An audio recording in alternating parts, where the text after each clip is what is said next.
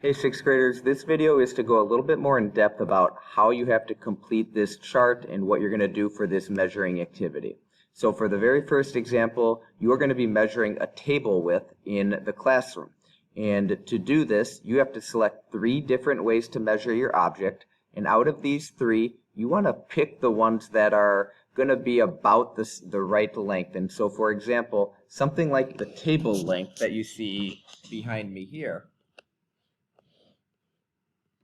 you're not going to do something that takes an entire fathom. And so you may use smaller measurements for smaller objects and the bigger measurements that will be for the bigger objects that you have to measure. And so for this first example with the table width, I'm going to go with, let's see, what 3? I'm going to choose hand, foot, and palm will do. So in order to do this, you first need to make sure you have task number 3 completed up above. That'll help you know what each of these are, and then we can get started measuring. So I'm going to show you the first one, measuring with the palm the table length. So let me set this up so I can see. I'll get a little bit closer here.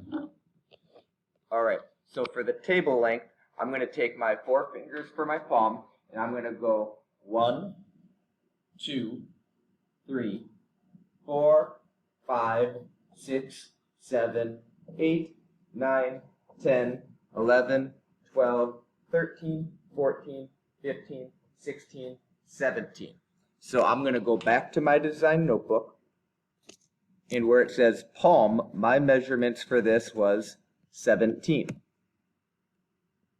The next one I'm going to do is hand. So I'm going to do the same thing with my hand now, where it's going to be spread out, measuring the same way.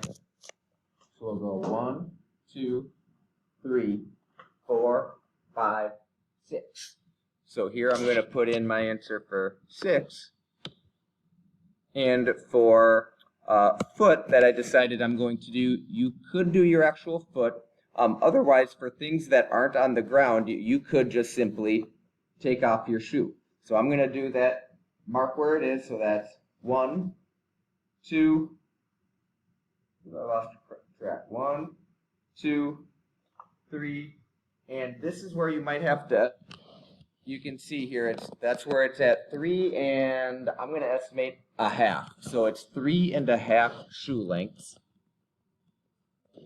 that I put there. So those are my measurements. I then need to have my partner do the exact same thing. I don't have anyone in the classroom with me to do that right now. If I were to have a partner, let's say they do the same measurements, and I'm going to just make up 15, 7, and also 3 1/2.